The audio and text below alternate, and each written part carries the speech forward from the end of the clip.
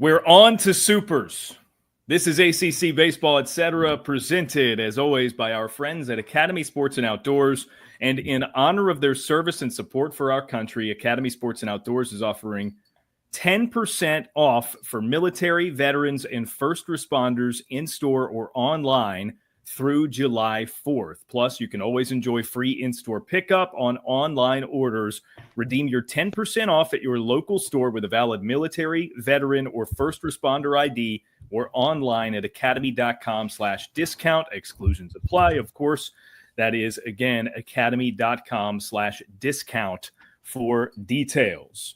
I'm Daron Vaught, Miami Hurricanes Hall of Famer, Cincinnati Reds Hall of Famer. Danny Graves is with me.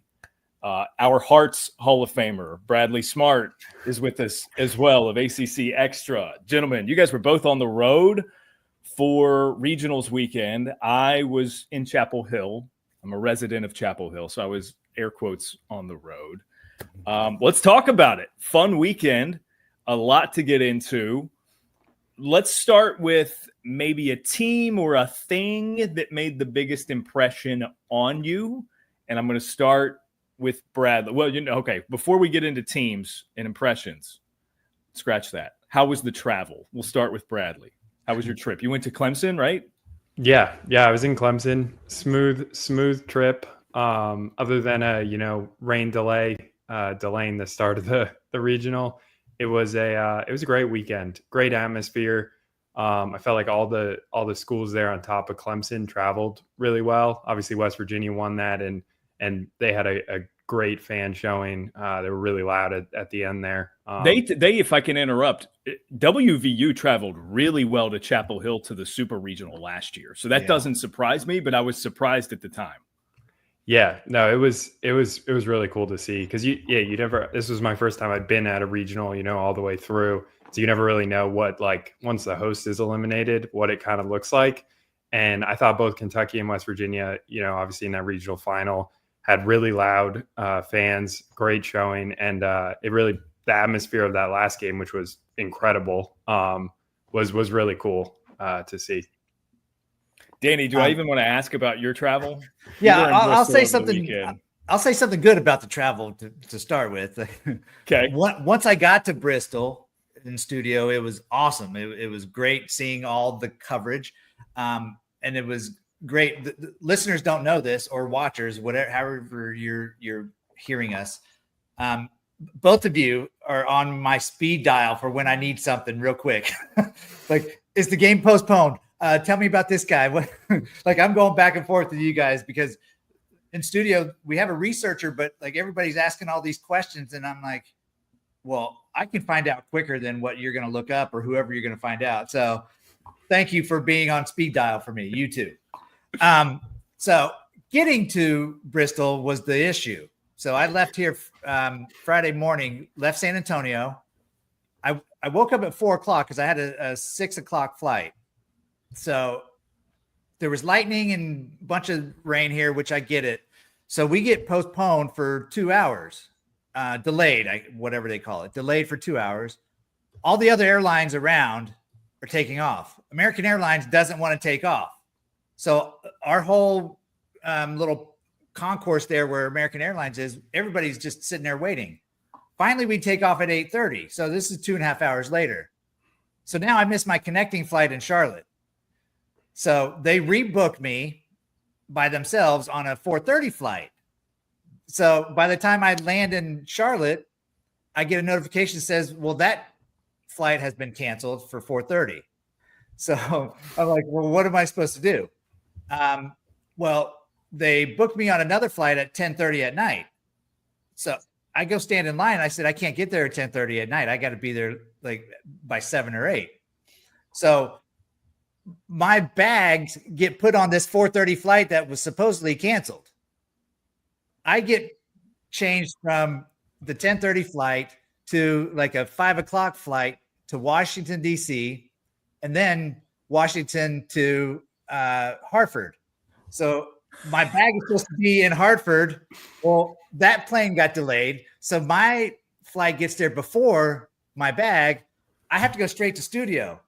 So I have to go buy clothes just for the show for that night. And then I get home back to the hotel. My bag's still not there.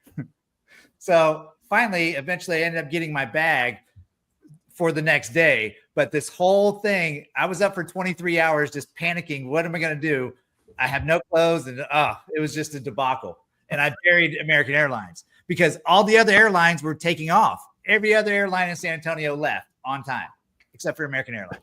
A three-leg flight from Texas is insane. Yeah. It shouldn't happen. It was awful. It was crazy. And they were going to try. So I was going to go to Boston and then drive. And there was a clerk helping me, and he accidentally pushed accept. So he changed my flight to Boston one time. And then he's like, actually, just call this 800 number and they'll fix it for you. So I called the number, and that's how I got to DC, then to Hartford. So you not only did you have 3 legs, you had to deal with someone in person up to a certain point where perhaps their slippery fingers made it necessary that you no longer get help from them, but you call a phone number instead. Yes. The one thing, he did save me from standing in line because he accidentally pushed a button. Yeah. Silver linings. Silver lining, yeah. Meanwhile, by the time I get to studio, I'm in my baby blue, my Carolina blue ESPN shirt. I didn't buy another coat. I just bought pants because I was in shorts. So we did the show Friday night in my North Carolina blue. So our background, when we were talking North Carolina, I just blended right in. So people probably thought I was like totally rooting for North Carolina, which I secretly was. Yeah, sort of. Yeah. Wow. So anyways, that is funny adventure. now, but what an awful. Adventure. Yeah. And I was stinky. They do squeeze play, Runes and Berkey and Schick and KB. They do squeeze play out of Bristol too. Yes. And that's another thing. It's totally random. They used to be in the studio right next door to us. So I go in there on Saturday looking all over for them. There's nowhere to be found. I'm like, where are they? Are they really not here now? Well, they're in the studio across the hall where the hockey guys are. So I finally get there and they're actually doing an hour-long show, like a fill-in. So I couldn't stay and hang out with them. But I sweated just walking over there looking for them. All right. So travel aside, the studio time went well. Yes. And I heard Berkey, I mentioned the squeeze play guys because I heard Berkey mention at one point over the weekend that the weather in Connecticut was awesome. So I don't know. Hopefully you get to enjoy that some. That was the best part. It was in the 50s in the evening, like 60s, high 60s, low 70s during the day. And it was the only time I've been to Bristol probably that it didn't rain one time. Love that. Love that for you. All right. Yeah. So so you know, just to clarify, guys, I'm not like being a whiner. I just was telling you about the whole thing. No, that sounds miserable. I think anyone is going to agree with that, Gravy. That sounds miserable. That's not just like complaining about travel for sake of complaining about travel. We get it. We get it. Yeah. Brutal. So that's our 8-minute update in regards to how everybody's weekend went, minus the baseball. Now let's get to the baseball. So Bradley, that also maybe hopefully has given you some time to let this ruminate. A player, a team, a thing, a concept, an idea that left the biggest impression on you from Clemson this weekend. Yeah, well, from Clemson, I was prepared to talk about a different team in the ACC, but I'll talk about Clemson too. Do both. Do both. Yeah, I mean, the thing with Clemson is once that second game slipped away from them against West Virginia, in the winner's bracket, and you drop down to your 1-1, it felt almost impossible for them to come out of that regional, just because that roster and that pitching staff with the injuries at the start of the year and everything, like it's not built to win, to win the number of games it would have needed to win. Like if it was going to win that regional, it was going to go 3-0. And I think the way it ended was certainly tough for them. Just getting blown out by Kentucky. You just ran out of arms. And I think what I kind of came away with, obviously the big storyline is that's, 6 times in the last 7 that they've hosted a regional and not come out of it. And it's the 3rd straight year under Bakich that they've ended their season at home, which, you're hosting, it's great, but not getting past it certainly hurts. But I think what one of the takeaways I had was the fact that team hosted and won 45 games was pretty impressive in and of itself. And that was kind of the thing Eric Bakich kept stressing after in the press conference, where he was like, if you look at our stats, we're not a 45 win team. Like, we just squeeze kind of everything out. And I thought that was, a takeaway that obviously Clemson fans don't want to hear. They want to advance, but I think they're going to be right back there next year. Even with, a lot of losses like Cam Canarella, it's a shame he did not make it to Omaha in his career, because just an unbelievable postseason player. 8 for 14, 2 home runs, 7 RBIs in the weekend. It felt like every time he was up, it was a very dangerous spot for the other team. But yeah, so without him, Listy, Chufo, Pano, Malstead, Garris, like a lot of really big names are going to be gone. And I think Clemson, based on these kind of losses, they're going to really go hard at bringing in some high-end talent. So I think that was kind of my takeaway from Clemson, as well as West Virginia is just an awesome baseball team. Like, that is a well-coached, they just grind it out, find ways to win. And I was really impressed with them. Yeah. Before you get to another thing, I think in a way we talked about Clemson in that exact way all year. It was, okay, they don't have a ton of star power, especially when Cam Canarella is through parts of the regular season, he was relatively pedestrian. Yet they just found ways to win, and it confounded us for most of the year. So I think that's a point really well taken, that it's an exceptional coaching job. Right? I mean, if you look at the roster and you think there's correlation between a disparity between talent level and win number, then like that's a textbook case of great coaching job by Eric Bakich and company. I said going in that was a regional full of teams that kind of just know how to win and aren't afraid to do the little things and maybe get a little dirty. Kentucky and West Virginia for sure fit that description. And when you play that way, you operate on the margins, and, a 7-error game is not going to do it if you're the Tiger, right? Like, I think that's what it boiled down to, is just doing the little things. And where we've seen them do the little things really, really well all year, it, came at a time that they could least afford it. They stopped doing the little things particularly well. Yeah. What's also like, I know we when we were talking top tier teams throughout the year, Daron, like Clemson was probably, rarely did we ever say they were in those top 3 or 4 teams, but they kept winning, like you mentioned. Like they weren't the spectacular North Carolina or Florida State that we always brought up in that top tier.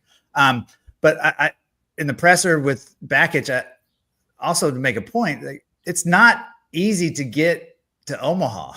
Like, I don't know why people just have so much pressure. The fans don't want to hear this, obviously, but the Clemson people need to understand, like, not everybody has a chance to go to Omaha. Only 8 teams go.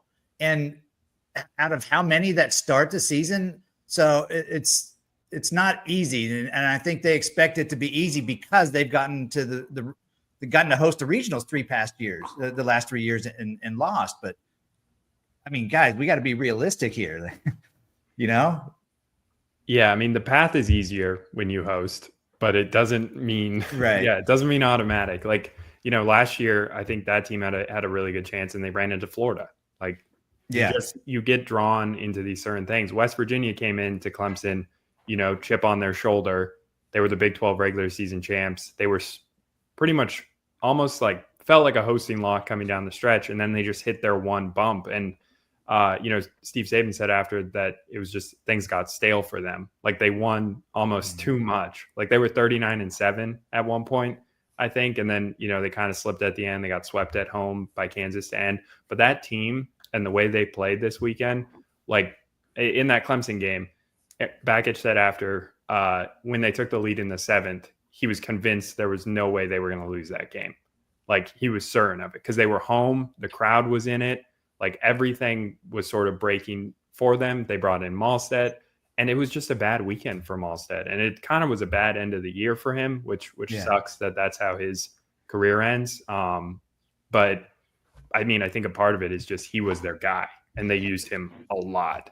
And that can kind of add up, especially, when you're grinding through the season. But yeah, I mean, I think the point about Omaha is a good point. And Bakich even said, we know we haven't been there since 2010. We're very aware, we got it. And so I think they're going to be great again next year. And it was a good environment and a really compelling regional. And USC Upstate, just as a shout out, what Kane Sweeney did in his first year there, obviously he was, promoted when Mike McGuire went to Winthrop. McGuire had come so close to getting that team in to the postseason. And Sweeney, I think it was 27 new players this offseason. And that I'll bet on USC Upstate being a regular under him in the tournament. Like that was a very talented team that no shame in losing to Clemson and Kentucky. This is a little bit offbeat, as in off our beat of the ACC. But you guys know I called games in the Big South Championship. So I saw a good bit of Upstate, High Point. Former Wake Forest assistant Joey Hammond has High Point rolling also. So for regional observers that are maybe in the ACC footprint and not as aware of what the Big South is like in baseball, I think those two are going to have it's going to be like Bird and Magic year after year for the next, I don't know, however long until it takes one of those guys to get a bigger coaching job somewhere else. I just think that's going to be the Big South, which is fun. It's cool for a mid-major league like that. And I mean, who knows? Maybe they build it up to a point where that can be a two-bid league in a couple of years. Who knows? I mean, right? We're seeing what UTSA is doing following not winning a conference championship in the American. So yeah, no, I'm with you. That's again, that was a cool 4th seed to see in that regional. And they showed pretty well. It's just at some point you're going to be overpowered.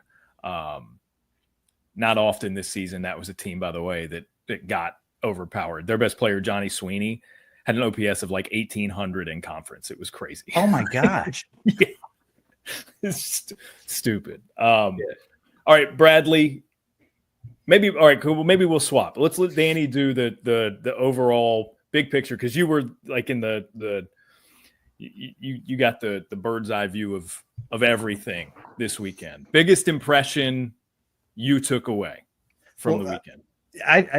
This is totally random. I just thought of this. I should have asked Bradley to go down to the visitors bullpen to see what that was like in Clemson, because it doesn't look fun. That actually would be a fun piece. Post up there for a game or for the second half of a game. That could be fun. Yeah. Keep that in mind. Yeah, I walked down by it during the West Virginia game, and yeah, it's really loud. Credit to West Virginia's relievers. They did well coming out of that. And then it was really just that one game, because it was not much to heckle about when Kentucky pulled away the next day. But when that's going, they're so close too. Just right there on them. Why would you ever want to warm up on the rubber right next to them? I don't get it. That was the thing. I saw several shots of a West Virginia reliever getting loose, and the other one's unoccupied. It's what? Why would you do that? Well, because superstition. Because they probably always warm up on the right side in the bullpen. I don't know, man. It seems to me like rolling up on the urinal right next to somebody else, and there's a whole row of them. Yeah, it's totally. I was I was talking to someone about this when I was down there, and a part of it is that obviously that bullpen's in the field, and that side one closer, you're not like, if you're on the one closer to the field, you're kind of staring straight down farther from your dugout. Okay. And if you're going into a high pressure situation, the last thing you want to do is mess up the guy on the mound by spiking a ball and having it kick into the field of play. Yeah. So I'm wondering if a part of the decision was, okay, do I warm up more in the field and worry about, throwing a ball to the backstop, or do I just take my chances with the drunk Clemson fans heckling me? And I feel like it was that trade-off. I feel like that's probably the better reasoning, because I've done that before. And when you spike a ball and play stops, the whole stadium is looking at you. This way, it's only the right field, the kids, or not right field, the kids in the bullpen that are screaming at you instead of the whole stadium. Yeah. So I would say that's probably the better answer. Okay. So moving on from Clemson. Your big takeaway, big sweeping takeaway. You got to pick one. Yeah. I'm just going to pick one, and it might sound like too easy, but North Carolina, the way that North Carolina is, I don't know, the way that Forbes managed that bullpen and the whole pitching staff. I know there was people maybe questioning, why aren't you going to Ryan Lynch earlier in this game, or the game that they lost to Oklahoma, the first game. And it's clear that he was hoping to get through with other guys to save Ryan Lynch, right? To start that final game if needed. And I know people are going to say, well, you got to get there first. Well, they were going to get there, so that's why they didn't throw him, right?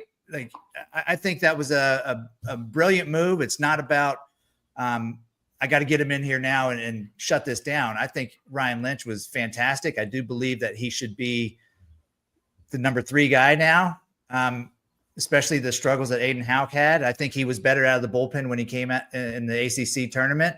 Maybe that's his role, the long reliever coming into a game. But this North Carolina team, dude, especially Gavin Gallagher, what on earth? This dude is on another planet right now. And I know people are going to say is garbage home run later in the game. You still got to hit it, and you still got to find a hole. This dude's just out there mashing, 13 for 18, I think it was, something ridiculous. Yeah, I think North Carolina, I texted you both too. North Carolina better win this game, because I said they're going to win the national championship. And they, I think, solidified that with the way they played in that final game. I got a couple things on North Carolina, and then Bradley, you can maybe piggyback on those.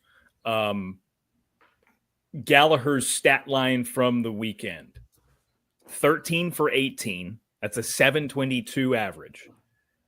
3 home runs, a triple, 3 doubles, and he drove in 10. Back-to-back seasons winning the Chapel Hill Regionals most outstanding player. It's inarguable. It was the easiest choice ever. Before his second and third home runs in the press box, we were like, well, wonder who's going to win most outstanding player. Yeah. And again, then he hit 2 more. So he has been huge. And Danny, you and I talked about it earlier in the year when he had that stretch of, what was it, a handful of games with 5 home runs. 5 homers, yeah. And he had only had 5 extra base hits all year up to that point in 29 games. So his second half has been humongous for North Carolina, and he's not the only piece of it just kind of clicking in the back half of the year that got their offense to a point where we think they're a legit national title contender, as opposed to, maybe they're an Omaha team because of the pitching being so good. I want to talk about the plan, the pitching plan. And there's a micro and a macro version of this for North Carolina. I talked a little bit about it in the piece I wrote at d1baseball.com following North Carolina's regional win. There's the small plan for the weekend, which was, and Scott Forbes said it after the game, they did not want to use Ryan Lynch or Walker McDuffie in that Sunday game against Oklahoma unless they had a lead in the 7th inning or later. They stuck to their guns, right? And it resulted in a loss, but it resulted in a loss that, like, I don't know about you guys. The feeling around the press box in Chapel Hill, I don't know that anybody was overly worried about North Carolina at that point because they had sort of saved their bullets. And there was still a general feeling, okay, North Carolina's going to win this thing. So that worked out to perfection. The greater plan over the span of the season is what interests me most about North Carolina, in that they have these two phenomenal freshmen, Walker McDuffie and Ryan Lynch. They are two of the four most talented pitchers on the staff. Is that fair to say? Knapp and DeCaro being the only two that you could maybe slot over them? Yeah. And that's not taken away from Aiden Houck, who has had a great year and certainly had stretches where he was unhittable, literally. So you have these two freshmen. You consider them starters, and that's something that was confirmed by Forbes following the final game there. He views them as starters, and he's used them as starters now on occasion. You go through with the plan. Jake Knapp's back from Tommy John. He wins ACC Pitcher of the Year. You kind of stick with your gumption there that Knapp is your bulldog, throw strikes, throw hard kind of guy. DeCaro's another year better. You put him in that Saturday spot. Houck got ample time to progress last year. You throw him in the Sunday spot.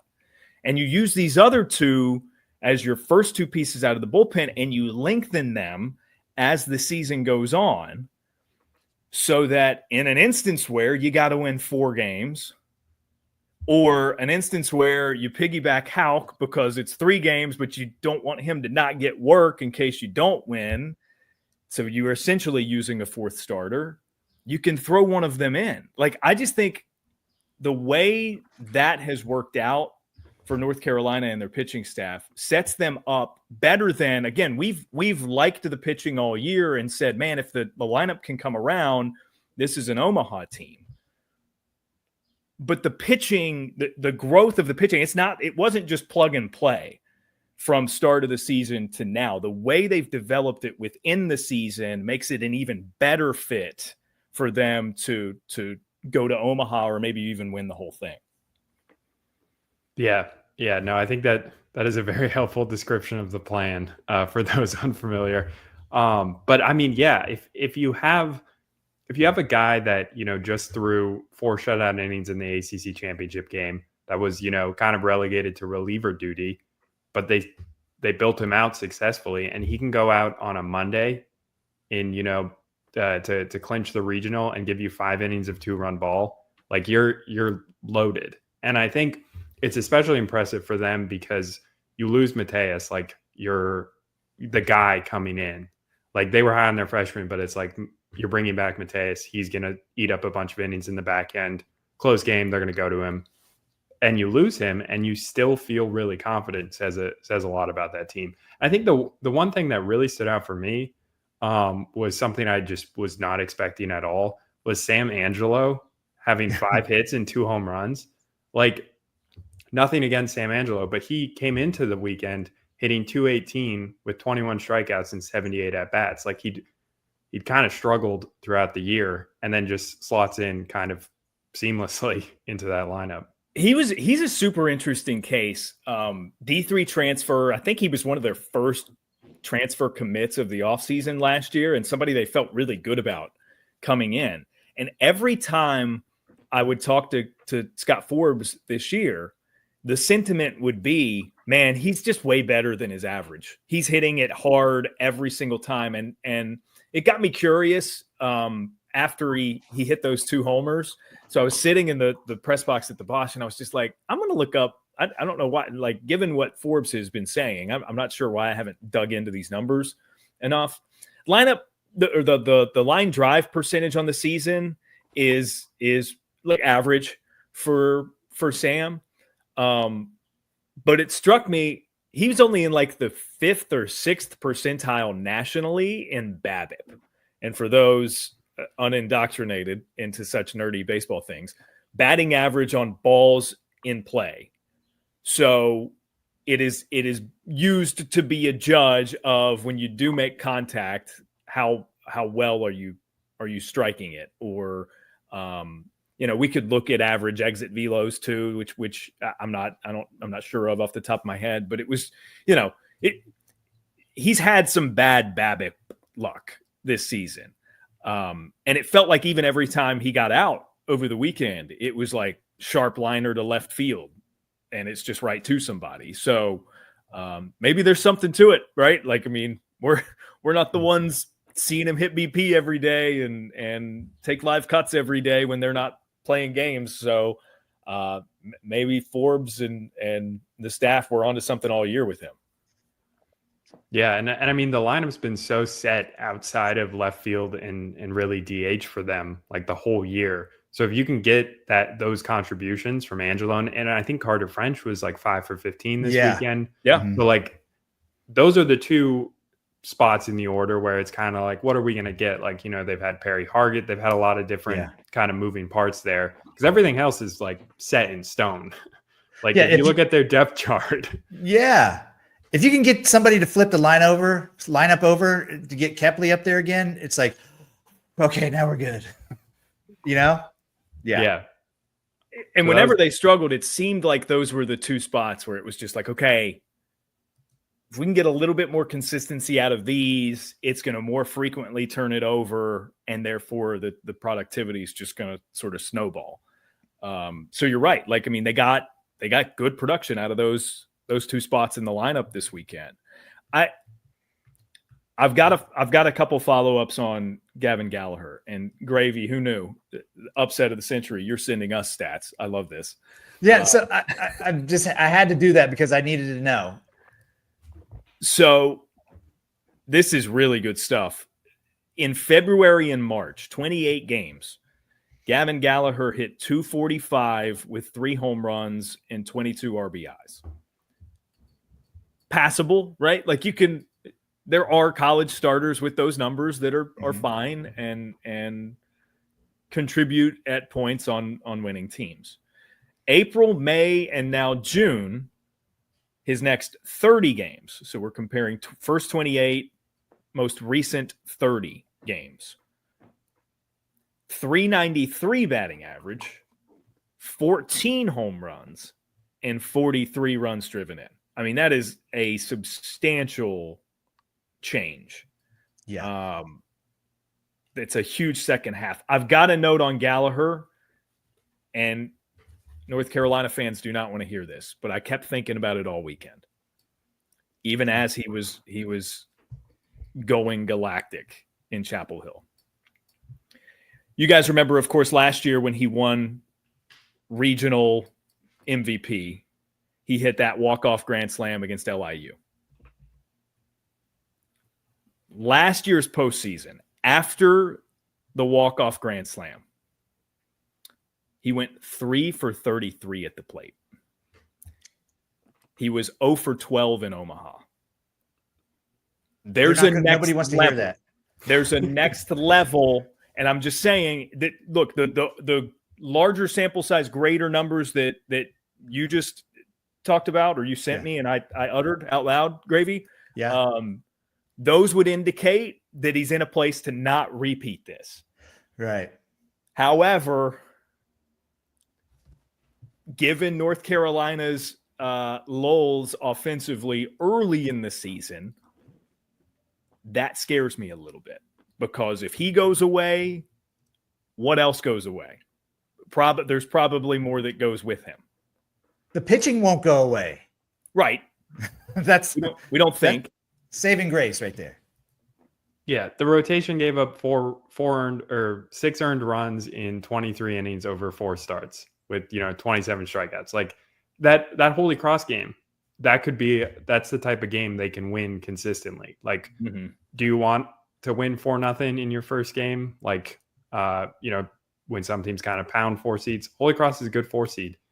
4-0, kind of clockwork. I was joking with Aaron Fitt, that a lot of North Carolina wins are kind of boring because the pitching just does what it's done the whole year, and then they get timely hitting and produce enough. But I think it was good to see them kind of pull away quickly against Oklahoma. And I'm not too concerned about the offense cooling off, because the thing that stood out to me most in Durham during the ACC tournament was that team just can out execute you. Like, that's what they did against Florida State. I think I said the same thing on the last podcast we had, but they're very good in close and late situations if they find themselves in it. So I'm not too worried. And yeah, Gallagher's not going to hit 722 the rest of the postseason, but he doesn't have to. Kepley didn't have, a huge weekend. Right. I think he had 3 hits, 3 walks, did steal 4 bases. Luke Stevenson, I think, only had 1 hit, and it was a little spinner down the first baseline that he had to dive at the bag to get, right? Mm-hmm. And like we joked in the press box, like, well, he was due for that. He was due for a little dribbler down the first baseline that he runs out for an infield hit. So yeah, no, maybe if Gallagher cools off, you get more out of those two, and it, levels it back out. And it's a fair argument that they don't even necessarily need everybody to be clicking offensively to get wins. I joked with Holy Cross pitcher Augie Walters, who is a former USA Baseball broadcasting intern of mine. Was glad to see him in Chapel Hill. The report is they went 0-2, but still had the time of their lives, right? Like, what an experience for a college baseball player. I joked with him that they got held to fewer runs, or North Carolina lit up Kyson Witherspoon, a future first rounder, for more runs in the first inning than they scored on Holy Cross in an entire game. So he enjoyed that. Again, good vibes for the Crusaders, despite the 0-2 effort. They were honestly just like thrilled to be there and put up a good fight. So that was fun to see.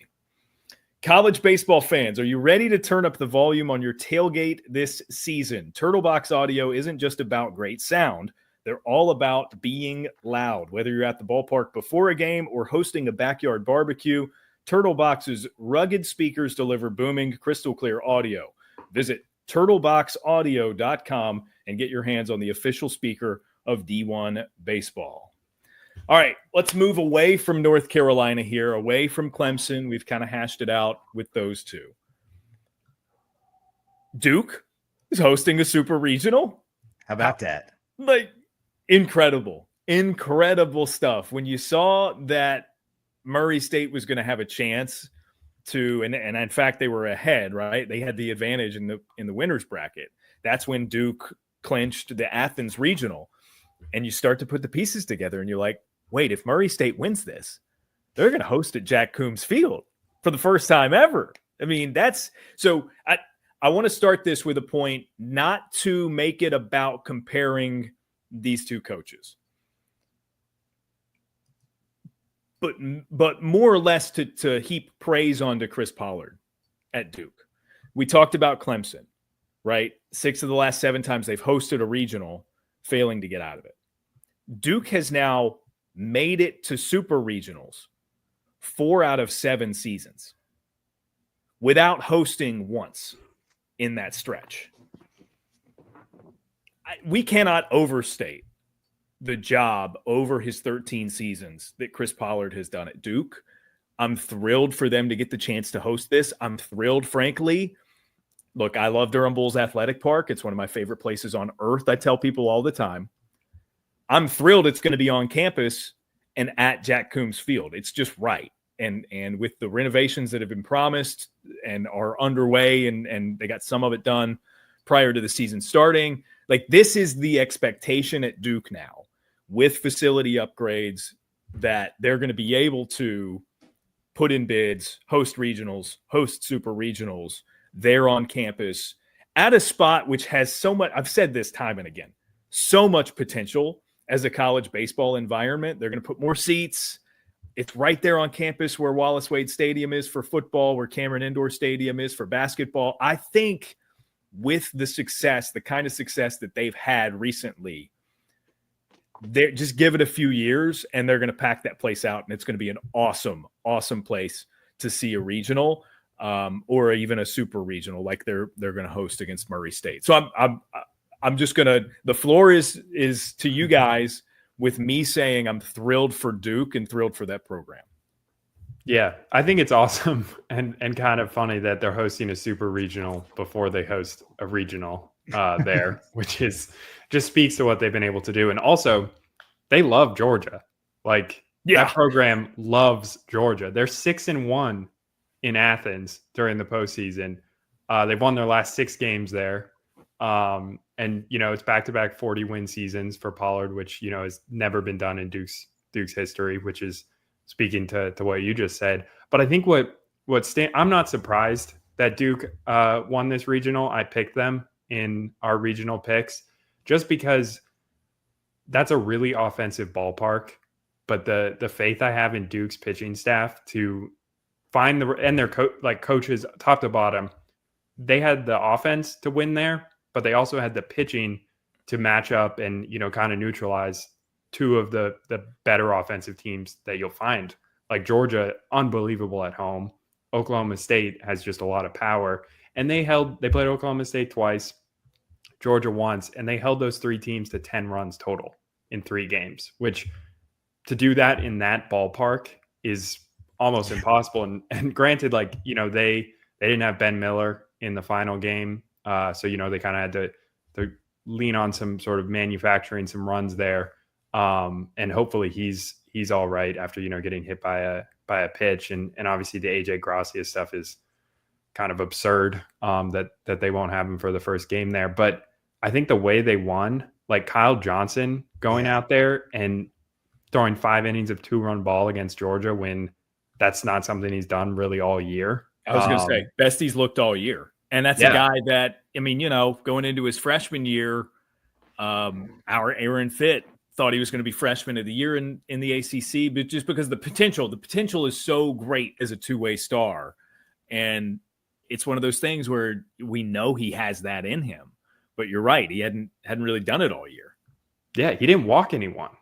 Like that alone tells me, like, if I hadn't watched any of it and I just looked at the stat line and I looked, okay, Kyle Johnson started and I saw 0 walks, I would have been like, okay, he was on.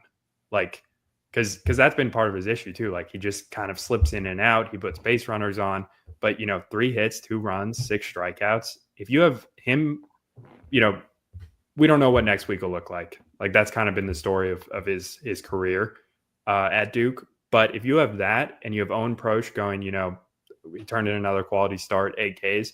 You've got 2 really quality starter, and Zatkowski pitched well in the 3rd game as well. And then I think the big thing for me was just Wallace Clark is just a joy to watch play baseball.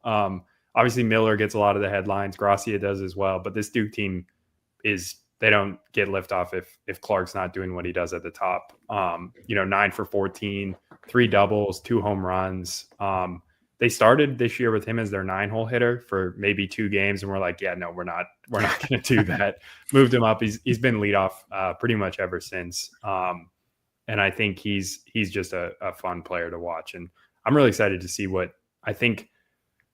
You don't want to just look over Murray State after the offensive showing they put up. But I think this is a really favorable matchup for Duke on paper, just the differences in pitching. Like, I think both these lineups can really hit, but Murray State did not. They gave up a lot of runs this weekend. Duke's pitching is kind of a clear-cut advantage there. And so the path to that Omaha trip is certainly there. Along with, I think, James Talon is pitching like he did his freshman year. And then I love Nard and Easterly. Those guys want to pitch every single day. and you got to love that, for especially like you got these starters like Kyle Johnson. When you mentioned the 0 walks, I think if anybody looks at a box score, that's the first thing they go to before they look how many runs he gave up. Like, did he walk anybody? And yeah, he was lights out. Definitely the game of his career. But I think Duke fans need to be thankful that Coach Pollard is back and that he didn't end up leaving to go anywhere, because this is the perfect head coach for this system here, this team. I think Coach Pollard earned a lot of extra fans too that aren't familiar with Duke baseball after the Gracia thing, by speaking out the way he did. So you can't help but root for this guy. I don't know that we need to litigate the AJ Gracia home run prop thing here. Look, I mean, we could do 30 minutes on it, but I think all we're going to find is that people agree that it's ridiculous, and what Gracia did was not in the spirit of the rule. It was simply stepping outside of the dugout with that instead of his cap or a batting helmet, briefly to give a teammate a high five. So again, we could gas bag about that forever, and I just don't see a ton of value in it. If you're not familiar with it, by all means, Google and you search it up on social media, you'll find it. Probably Jack DeLongshaw's video that included Chris Pollard's statement there. Jack putting out fire stuff in Athens, by the way. So shout out to our man Champs. I want to move on. There we've got a couple more supers involving ACC teams to get to. Florida State, Oregon State is the one I'm most looking forward to. I think this is going to be a heavyweight fight. This thing is going to be awesome. That and Arkansas, Tennessee, I think are going to be just the best supers of the crop. That being said, we'll get to FSU shortly. Miami, Louisville. We're getting the team in. ACC is going to have one in Omaha. And I don't know that I would have included either of these two teams in, like we did the 4 for Omaha from the ACC earlier in the year, the hypothetical. Okay, if the ACC gets 4 teams in again, which 4 would you go with? And of course, this depends on the way the bracket shakes out. But like Miami and Louisville have been on the fringe of that all year, but I don't think any of us would have had one of these two as like our lock teams in. So it's a fascinating series to me. Miami at times has been the hottest team in the country. We talked about it maybe a couple of weeks ago before the ACC tournament. They held the longest ACC winning streak of anyone this season. They won at one point 10 consecutive games against ACC opponents. Louisville, meanwhile, pitched really well. Yeah. The question is going to be, what are they going to look like this week? But if it is at all like it was last week, they're going to score runs. That changes them. Consistency on the mound totally changes Louisville. Bradley, we'll start with you. How do you see this series? Yeah. Well, to start, kind of piggyback on your 4 for Omaha thing. If you, before this tournament started, on Friday, if I was like, okay, 5 of the 9 ACC teams are going to be in supers, would these two have been in that group? Like if you had to pick 5 teams that were going to advance, I don't know if based on what I saw from them the last time I watched them live, I probably wouldn't have picked either of them. Because like Louisville, the last time we saw them, they walked 13 guys in just an ugly loss to Pitt. And it was kind of like, okay, the pitching, it might not work this year. Like they have the lineup, but they really have battled injuries. They're missing depth. Like it's kind of stacked against them. What they did this weekend was beyond unbelievable. Like it was just dominance. They gave up 5 runs on 10 hits in 3 games. 10 hits. Like that's absurd. And ETSU is a very good offensive team. Wright State has some mashers. Boston Smith, one of the hottest hitters in the country. And Vanderbilt, like the offense was the question, but it's an SEC lineup. Like it's a good lineup with some dangerous hitters. And they gave up 3 runs, 1 run, 0 runs. And they walked 9 guys in 3 games after walking 13 the last time we saw them. So I'm really high on Louisville after that. Also just because like I've always liked the lineup. Even more so that they got Matt Klein back and he looked like he didn't miss a beat. Because when I was down in Virginia Tech when he got hurt, it was like, man, like that's a big loss for like they guys were starting to fall like semi-regularly for them. Like they lost Parker Detmers on the mound. Forbes missed a week. They were just kind of going through it, and Klein was just like added. And then they lost another catcher. Like they were down just a bunch of guys. And I think it was really cool to see the lineup do enough. Like it wasn't an incredible offensive weekend, but they scored when they needed to. And then the pitching was just fantastic for them. Yeah, Louisville was impressive. You can't say enough about the pitching. Forbes was filthy. His ball was dancing all over the place at 97, 98. I don't think his breaking ball was as good as it could have been, but it was good enough. But Eberle, in the game that he started, man, he was throwing invisibles. And then you go to the bullpen, Daniel Levitch and Schweitzer. Those guys are, that's a pretty tough 1-2 punch back there. So I do like Louisville. Miami's pitching, besides the one game they gave up 9 runs in the first, was pretty good too. I felt, Hughes throws the complete game and throws, 120 pitches, whatever. But Siskar, man, in that game 1, he was disgusting. This is going to be a great series. I love it that they haven't played each other all year. They haven't seen each other. So this is even better, And the best part of it is, we get one going to Omaha no matter what. So obviously my heart wants Miami, but it's like, okay, who cares? One of them's going to Omaha. Yeah, I think this was a super encouraging weekend for Miami because again, last time we saw them wasn't the greatest end to the year, and it was kind of like, did they get hot at the wrong time? Like you see that all the time in college baseball. You don't want to be cold going into the postseason where things can kind of sort of snowball. And it felt like that might happen that first game when, they had that lead in the 9th.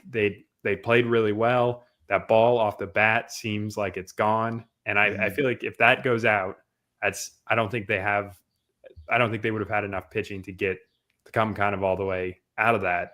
But it doesn't. It's caught. And now you've got, the momentum. And I think what was really encouraging was the protection around Cuvée in the lineup. Mm-hmm. Like Columbia intentionally walked him twice. Dorian Gonzalez proceeded to hit a home run after on both occasions. And Max Galvin looked great. And if you get, 6 hits from Mikey Torres, like that's way more than you might have expected based on his season numbers. And when he's playing the defense he is, and if he can contribute in the lineup, like once that lineup gets length, because part of the reason they struggled down the stretch was Cuvée was the only one hitting. It seemed like it seemed like most games you'd see him go, 2 for 3 with like a walk or home run, something like that. And then a lot of, 1 for 0 So I think that was encouraging. And I think it was also really big. I kind of figured Siskar would have a good outing. He's been electric. Hughes was one that I was kind of wondering if he was running out of gas, because this is a guy who was a 2-way player at Cincinnati to start his career, was a reliever, kind of broke out on the Cape. This is his first full season as a starter. And that was I think his 16th start. And for him, after kind of some struggles, like he didn't look that sharp in Durham, kind of looked a little tired. But for him to come out, after the week and to go, obviously, complete game, 9 strikeouts, 1 run was super encouraging because Siskar and Hughes can match up with, Forbes and Eberle. And so, I'm really excited for what Miami did and how those two I think it should be a fascinating series. Yeah, I agree. And Tate Darius is not going to give up the runs that he gave up again, right? So I think that bodes well for Miami. But as Gravy, our resident pitcher, alluded to, maybe there's some room for Louisville's pitching to improve even more if Forbes can throw the breaking ball more sharply. And I know I didn't want to sound like that was a dig. Sometimes I get picky, but when you throw 98 and your ball's dancing like it was, you can get away with something spinning up there sometimes. And just imagine if it's spinning better. No, I mean, look, that's what you're here for. That's what you're here for, Danny. Like I'm going to see him throw 98 and be like, wow, he's good. You're the pitcher. That's what you're here for. All right. FSU, Oregon State. Aside from North Carolina, Florida State feels the most Omaha-ish of ACC teams to me, and maybe they're one and North Carolina's two, whatever. The two feel very Omaha-ish. They cannot be in Omaha without wins this weekend. Oregon State is a really tough super regionals matchup for Florida State. So it'll be interesting. I think both of these teams, when I say Omaha-ish, they're both Omaha-ish. We're just stuck in a place now where, unfortunately, one of them is going to have to come short. Mm-hmm. I like Florida State's chances, but again, I think this is going to be the best series of the weekend. Yeah, I think there's a reason I've seen fans from both teams clamoring for reseeding in the super regionals round. Because I'm going to this one. Nice. Which is going to be awesome. I've always wanted to go to Corvallis and, see Goss Stadium. And I was born in Oregon. There you go. It's a homecoming for your boy. Here we go. Have not been back since, I don't know, probably I was 2. Birth. So birth. But I'm looking forward to it because, star power, just the pitching staffs these teams have. And, kind of focusing on Florida State, like that was a methodical weekend. Like it didn't get off to, the smoothest start. You're tied with Bethune-Cookman in a rain delay. You burn Vellini after, I think, 3 innings. But Prescott, Kinnear, and Abraham just slammed the door in that game in the bullpen, which was very encouraging sign for a team that's, one of the issues throughout the year has been kind of some inconsistency in the bullpen. Mm-hmm. And then you go Mendez Charles the next 2 days with 28 combined strikeouts against Mississippi State, and you hold them to 5 runs. Like that staff, Charles looks fantastic. Arnold, 13 strikeouts, I think is his season high. Mendez, the 2 solo home runs, but other than that, he was fantastic. So you just have the pitching, and then when you have guys like Miles Bailey, Chase Williams, Drew Farrow, like Alex Lodis didn't have a huge weekend, and you still had more than enough offense to get it done. So I'm really excited to see this group against a team that, feels very similar to them. Like they have very good pitching. They have a really good rotation. They have star power. They have a elite big name shortstop. They have a hitter who's white hot. Like Bailey had 2 home runs and has had a unbelievable stretch run for them. They have Trent Carraway, who had 5 home runs in 5 games this weekend. So I just think the storylines and even beyond that, Florida State's trying to win its first title. Oregon State's trying to get back back to Omaha under Mitch Canham, who has done a great job. They've hosted multiple times. They've been to this is their 3rd super regional under him. Haven't gone back since they won it all. So I just think the narrative, everything about this series is awesome. So I'm really excited to see it. Does the ball travel in Corvallis pretty good, or is it just they got really good power hitters? It seemed like it traveled pretty well this weekend. But yeah, it's going to be hot, which is not something I thought Oregon got. I think it's a high of 90 on one of the days, which is a temperature I was not expecting when I checked the weather. But yeah, should be interesting. I think there's something to Oregon State being an independent this season and having to cobble a schedule together, played significantly fewer home games than normal during the regular season. I would expect that fan base to be pretty jacked up for this one. There's a scarcity principle here that it makes it reasonable to assume that it's going to be, look, it's a super regional. It's a chance to go to Omaha. It's a great fan base anyway. But they did not get to do this as much as they normally do during the regular season. So, again, I think it's going to be a great environment. Hopefully FSU travels pretty well. Typically they do. So that could make it a lot of fun. And, I like your points, Bradley. 2 very similar teams. Just even with like 1-to-1 comparables, like Iva Arquette, the shortstop for the Beavers, and Alex Lodis, for Florida State. Super, super interesting. Yeah, and I think just quick point on environment. I'm pretty sure they just set an attendance record in the regionals, and I think they kept setting it. If I was reading the releases properly, and I'm sure they'll reset it and try to cram as many people in as they can this weekend. It will be interesting to see if Florida State travels to the opposite side of the country up that far north. It'd be nice if they do. I don't know. I feel like Jamie Arnold and Wes Mendez threw the best games of the season, both of them. And I know it's hard to say that Jamie Arnold's had a lot of really good games and why is this the best? Well, I feel like same thing. This is the pitcher coming out of me. I was worried about his slider being more consistent early in the game because it was just kind of spinning up and rolling up there like the get me over slider. But when he would have 2 strikes, he would bury it and they had no chance to hit it. And 12 of those 13 strikeouts were on the slider. I feel like his velocity was the best that it's been in a while. And that slider to go with it. And then Wes Mendez on the other side, I didn't know he had that in him. I didn't know he had that bulldog mentality. Like, I don't care who you are.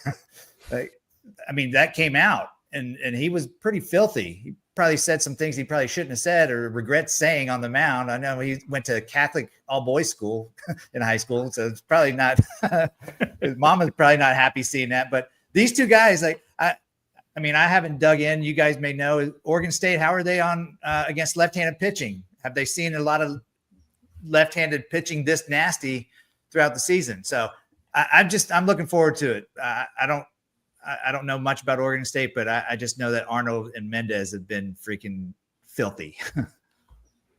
Yeah, it's going to be, again, I expect this one to be the heavyweight fight of the weekend. Not that the other series are not going to be good and compelling and in various ways, but I'm really excited to watch FSU Oregon State. And because it'll be, for either one, it'll be a shame that they don't get to go to Omaha as good as they've been this season.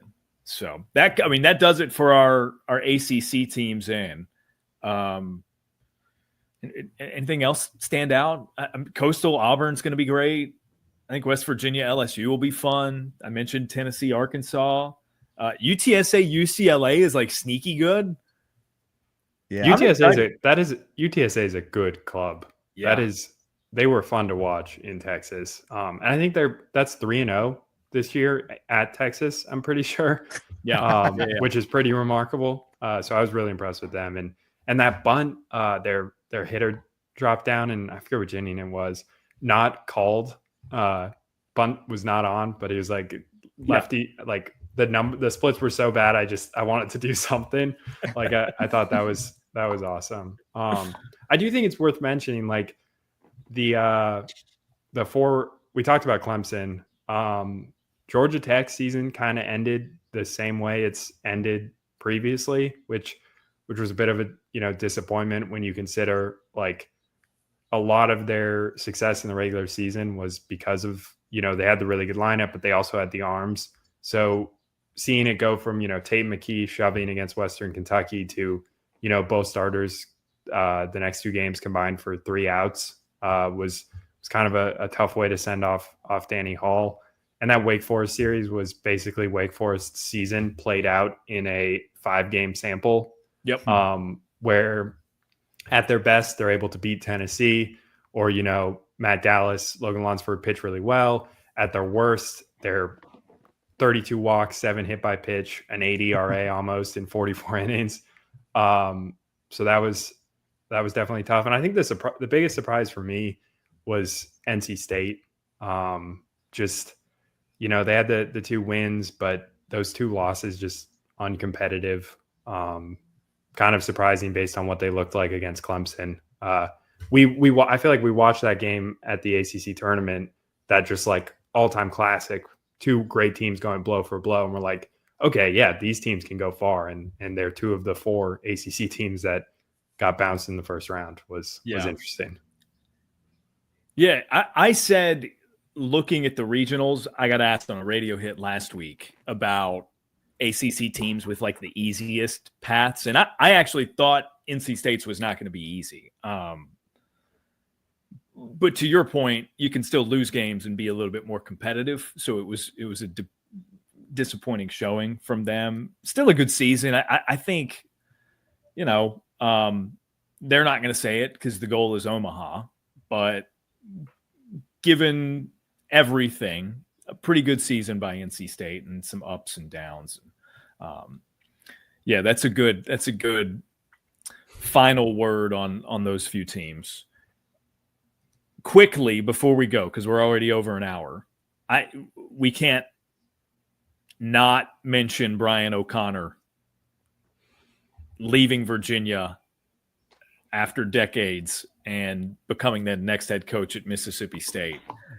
He's taking his longtime assistant Kevin McMullen with him. So Mac's gone, and Virginia is our first ACC job opening. Well, second, because Georgia Tech with Danny Hall retiring, and kudos to DH as well, right? I mean, we've I think done that enough this year, but now that his coaching career is officially over, just a wonderful job.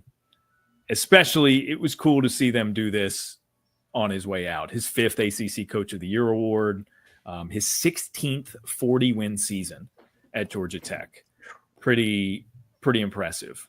But Oak, no longer one of us. I'm so disappointed about this.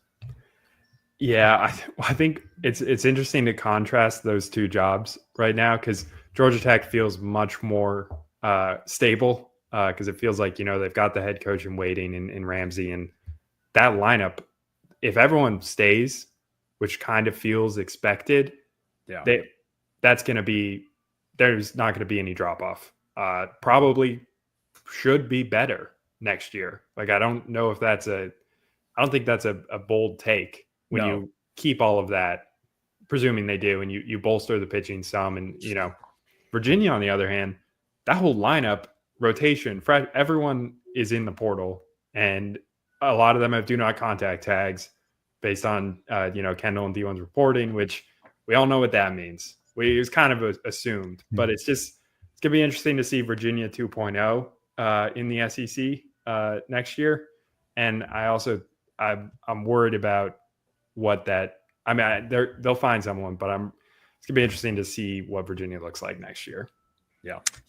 Well, apparently the AD doesn't care about baseball. That's the rumor on the street. So who knows what that program is going to turn into. But I am going to be worried about Wake Forest pitching, because O'Connor's taken Moose with him, right? Reportedly. I don't think, is that reportedly official yet, right? It's not official? I don't think so. Yeah, I haven't seen an official word there.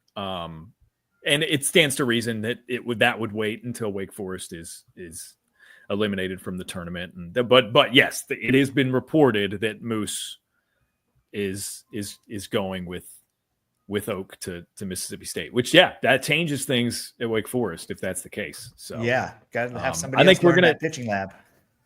we're gonna have a bit of a dramatic offseason here for the ACC when it comes to coaches and players moving around. It'll be very interesting to see. But Oak, one of our favorites, so we are disappointed to not have him in the league, but we wish him well, and I'm excited to see what he does with the Bulldogs. We can still have him on at some point because we're etc. Yeah, and he's a former ACC guy. We can make it work. We'll make it work. Make it work. For him, of course. We will. All right, that's over an hour of stuff. We got to a lot. We got through a lot. Excellent stuff. And Danny did not lose any luggage in the process. We can cut off the first 8 minutes of this show. All right, guys. Danny Graves, Bailey Smart, appreciate you as always. Travel safe this weekend. Bradley, you're going to be in Corvallis for FSU, Oregon State. Danny, are you back in studio this weekend? Back in studio, yes. You are. Beautiful. Yep. Love to hear that. I am staying local because I got 2 supers nearby. So I'm going to hit up Durham and Chapel Hill intermittently this weekend. I can't wait to hear how Durham's rocking.